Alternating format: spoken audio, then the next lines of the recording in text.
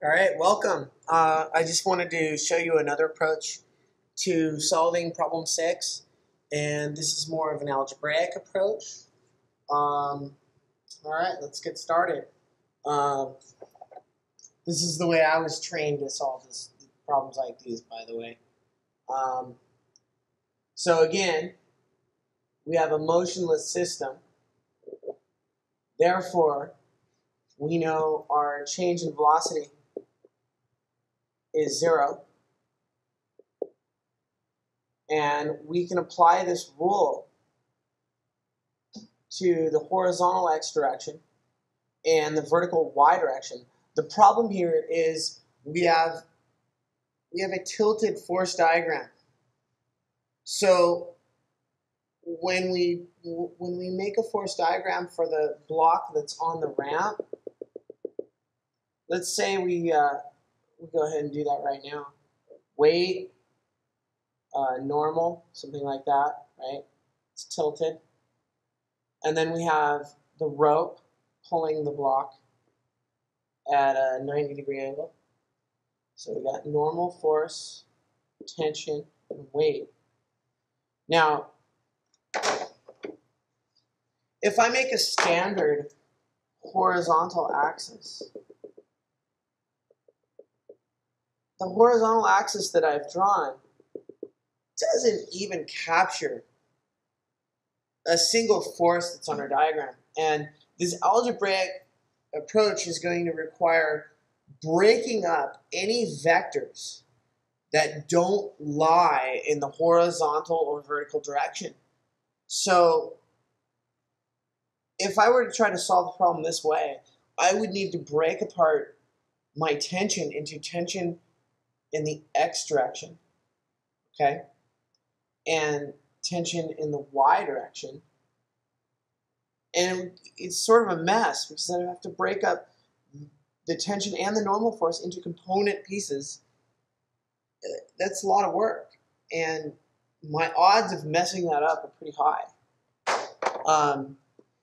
So one solution to this problem, one way of doing this, would be to take our horizontal and vertical axes as we have defined them. Okay, it looks like I forgot some of it here.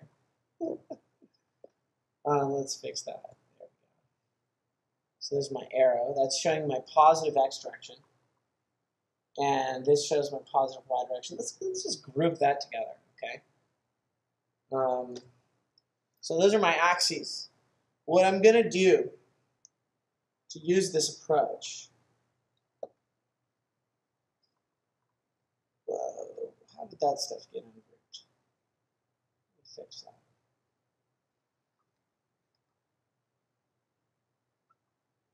All right, now we're in business. Computer's running a little bit slow. It's kind of like me. All right, there we go. Oh, don't do this. So what I need to do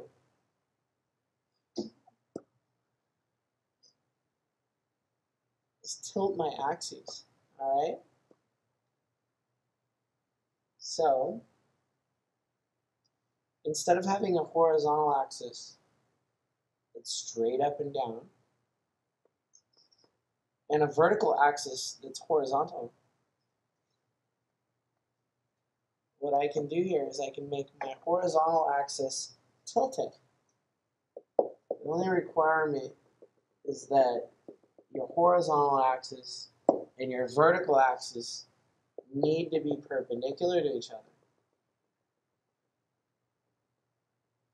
Okay? So now these red axes show the direction I want to be x and y. So positive y direction is in the direction of my normal force. Positive x direction is now in the direction of my tension. My weight doesn't lie in either my x or y axis. So I'm going to have to break up my weight into components. All right?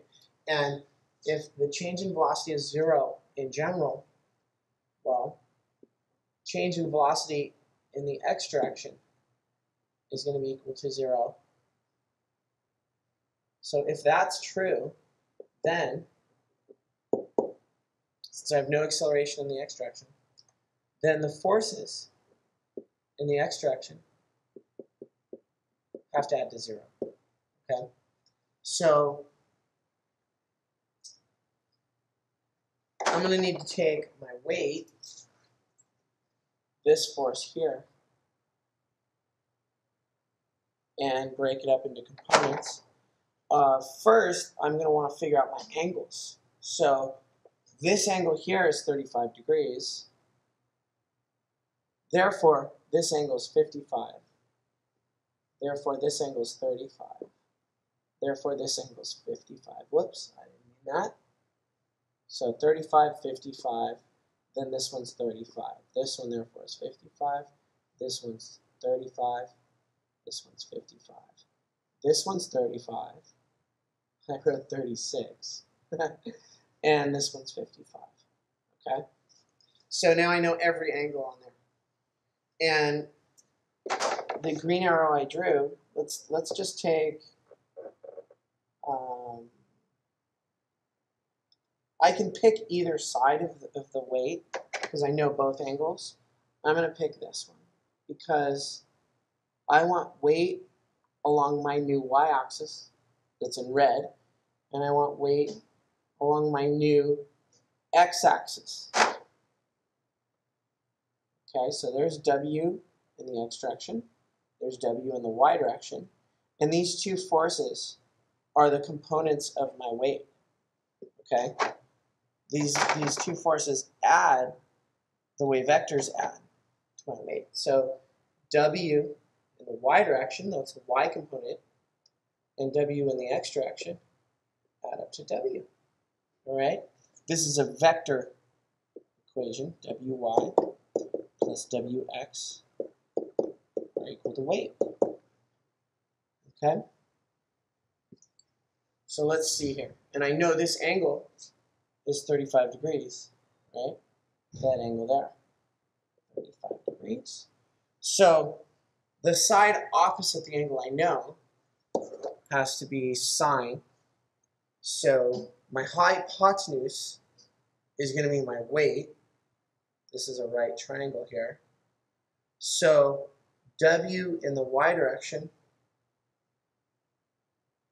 is cosine. W in the x direction has to be sine. You'll have to prove this to yourself, but I do this by identifying my angle and then my side opposite my angle, in this case Wx, has to be related to sine. So it's hypotenuse, which is W, sine 35 degrees. And then Wy, looks like I lost my pen, there we go, is going to be W cosine 35 degrees. Okay? Now that I have all my forces figured out, I'm going to replace my weight with weight in the x direction, weight in the y direction. So I know Wy is going this way, right? This is called an axis-only force diagram. Wx goes this way and adds up to Wy, see, to make weight going straight down. These two add up. So there's my Wx and my Wy. It's tilted. I maintain the same orientation as my diagram. So Wx, W in the y direction. And I'm forgetting W. I'm replacing W with these two vectors. And then normal looks like it's going to balance with Wy.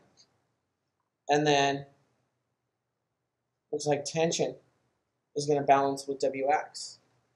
Okay? So I'm pretty much done here. All I got to do now is sum the forces in the x and y direction. So using this logic right here,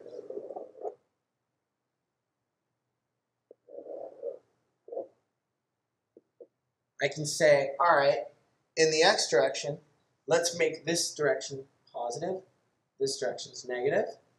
So tension plus Wx has to equal 0.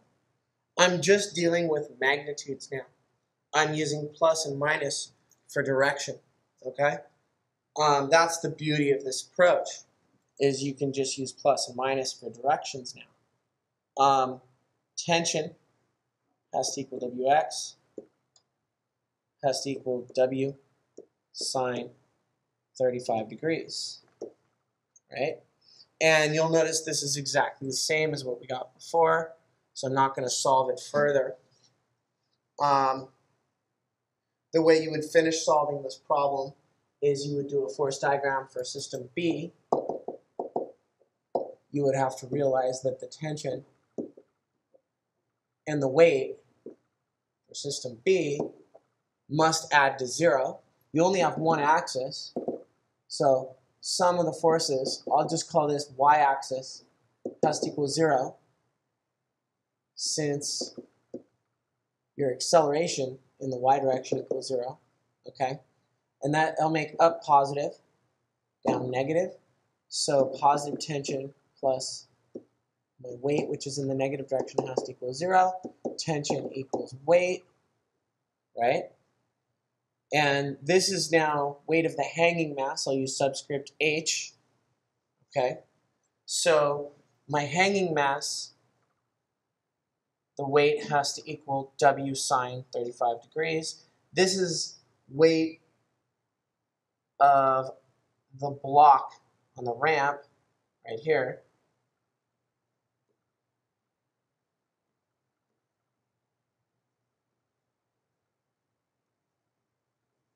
And this is called object B, otherwise known as hanging mass. Okay? And you'll see that this works out identically to the previous problem, previous approach, using the geometric method. All you'd have to do to solve part B is you would then do the same problem, except now you would say, okay, well, what happens if this angle becomes 70 degrees? So tension is still going to equal Wx, which is still going to equal weight of the block on the ramp times sine 70 degrees, and that will equal the weight of the hanging mass. And of course, if you know the weight of the hanging mass, say it's object B, it has to equal the mass times 10 newtons per kilogram. So you would solve this by saying, okay, mass is equal to the weight of object B divided by 10 newtons per kilogram. And this solution is identical to the previous solution. I just left out the final answer because you can always go back and check with the previous video. Hope you like it. It's just another way of doing the same problem.